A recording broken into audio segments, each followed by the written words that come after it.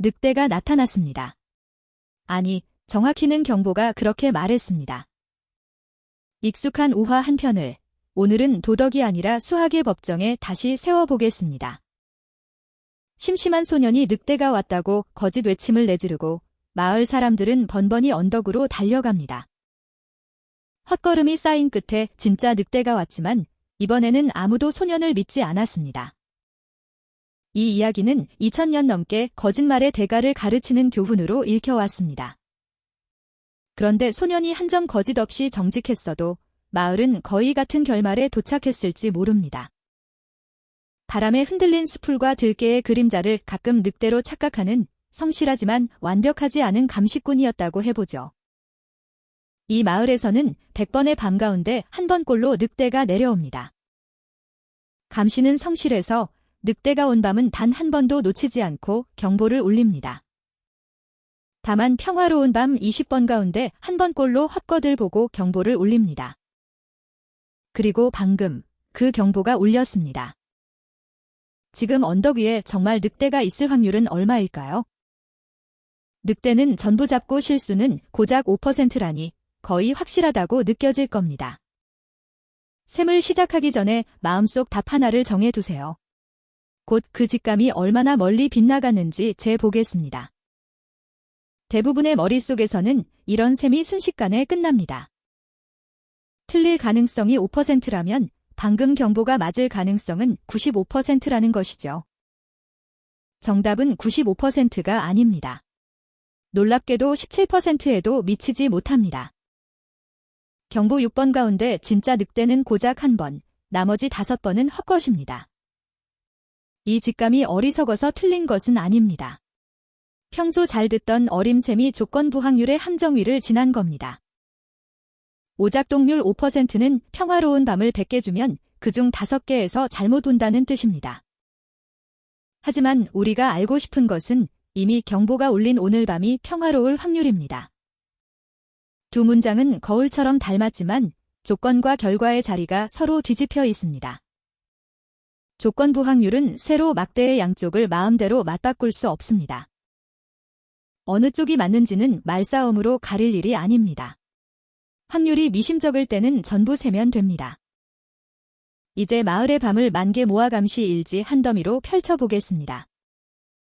만번의 밤이면 햇수로 약 27년입니다. 긴 세월이지만 계산은 서론의 세 조건으로 끝납니다. 늑대가 내려오는 밤은 전체의 1%이므로 정확히 100번입니다. 탐지율이 100%이니 이 100번 모두 경보가 울립니다. 이것이 진짜 경보입니다. 나머지는 평화로운 밤 9,900개입니다. 그 가운데 고작 5%에서만 허두름이 나도 가짜 경보는 495건이나 생깁니다. 경보가 울린 횟수는 진짜 100번과 가짜 495번을 합친 595번입니다. 오늘의 묘수는 만번의 밤 전체가 아니라 경보가 울린 595번만 따로 묶어보는 데 있습니다. 그 명부에서 정말 늑대가 있었던 경우는 100번뿐입니다. 결국 진짜는 16.8%, 대략 6번에 한 번뿐입니다. 이제 같은 셈을 그림 한 장에 펼쳐보겠습니다. 왼쪽 달력의 빨간 점 100개가 늑대의 밤입니다. 만칸에서는 드문 점에 지나지 않습니다.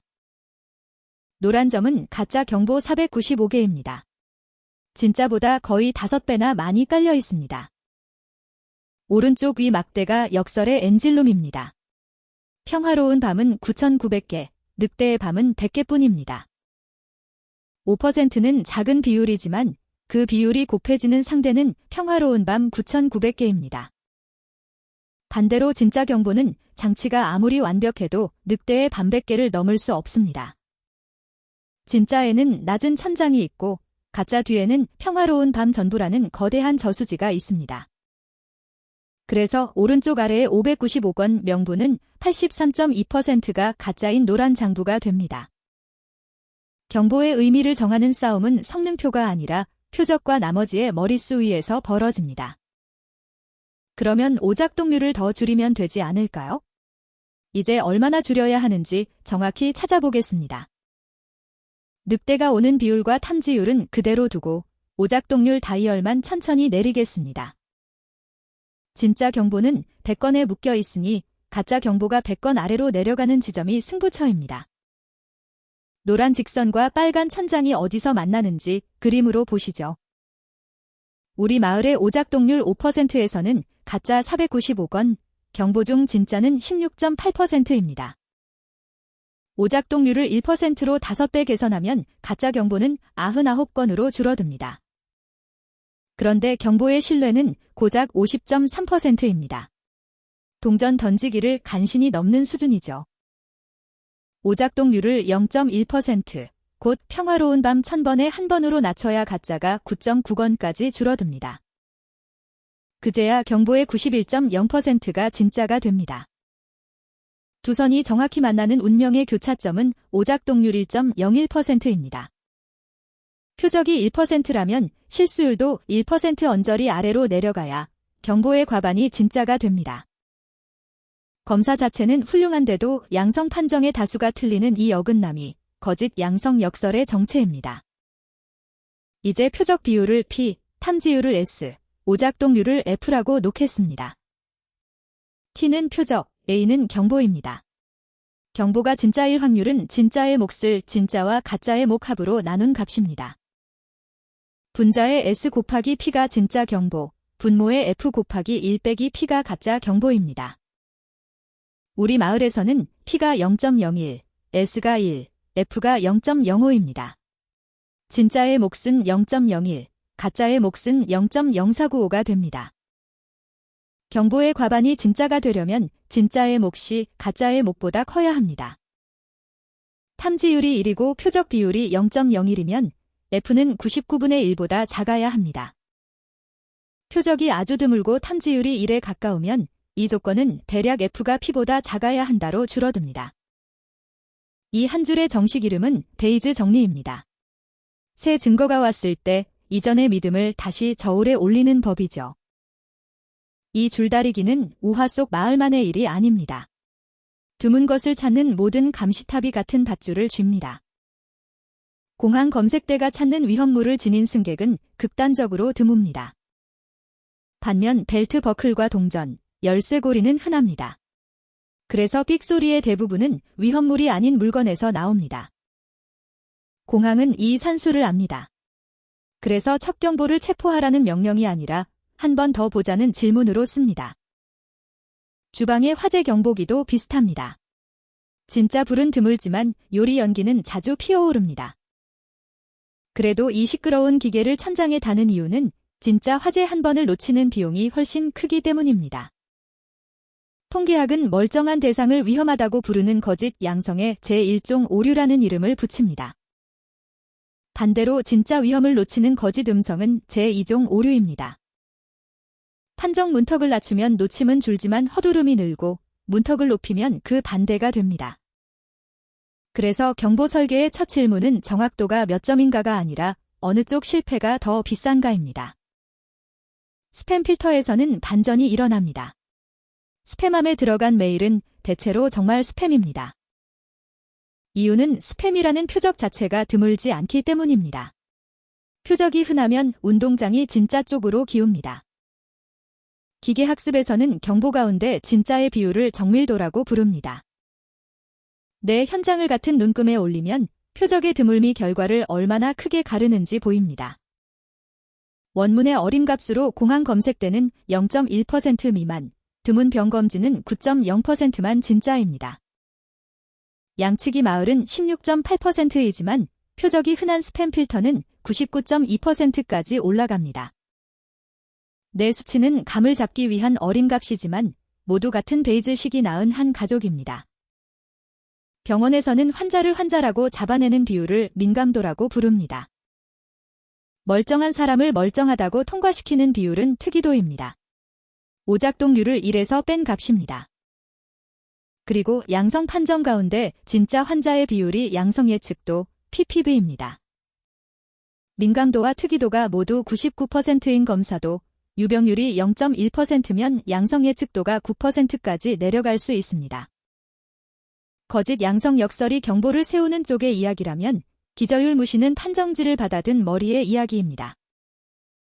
이제 표적 비율, 오작동률, 탐지율이라는 세 다이얼을 한꺼번에 돌려보겠습니다. 첫 다이얼은 표적의 비율입니다.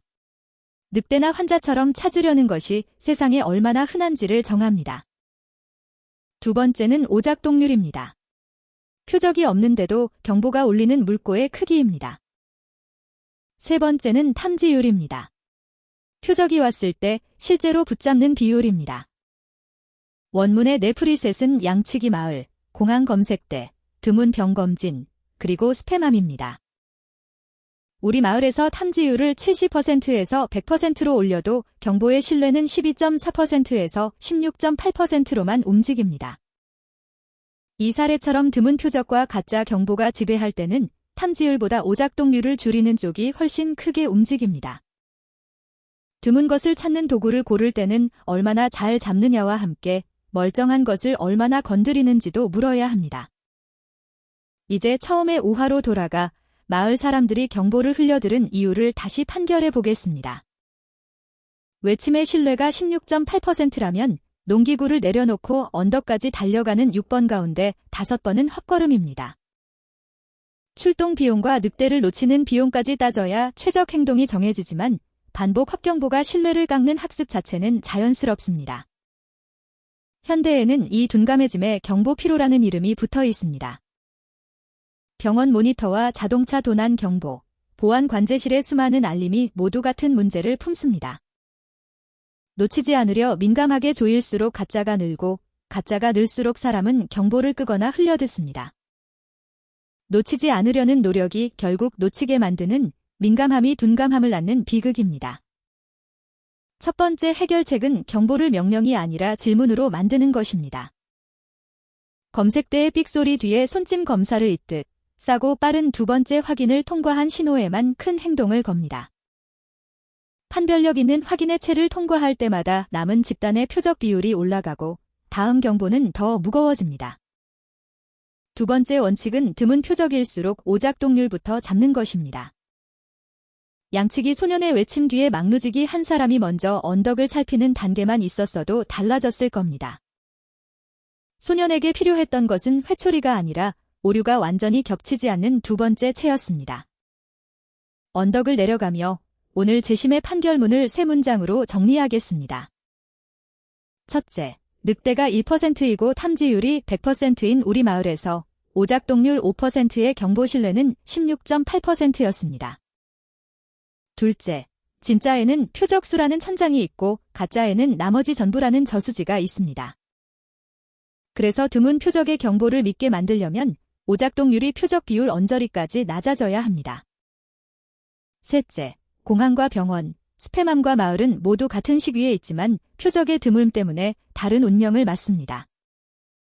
경보기의 성능은 공장에서 나오지만 경보 한 번의 무게는 그 경보기가 놓인 세상에서 나옵니다. 양치기 소년은 거짓말쟁이가 아니었습니다. 너무 드문 늑대를 지키던 너무 성실한 경보기였을 뿐입니다. 오늘 영상이 흥미로우셨다면 구독과 좋아요, 알림 설정 부탁드립니다. 다음 이야기에서 또 만나요.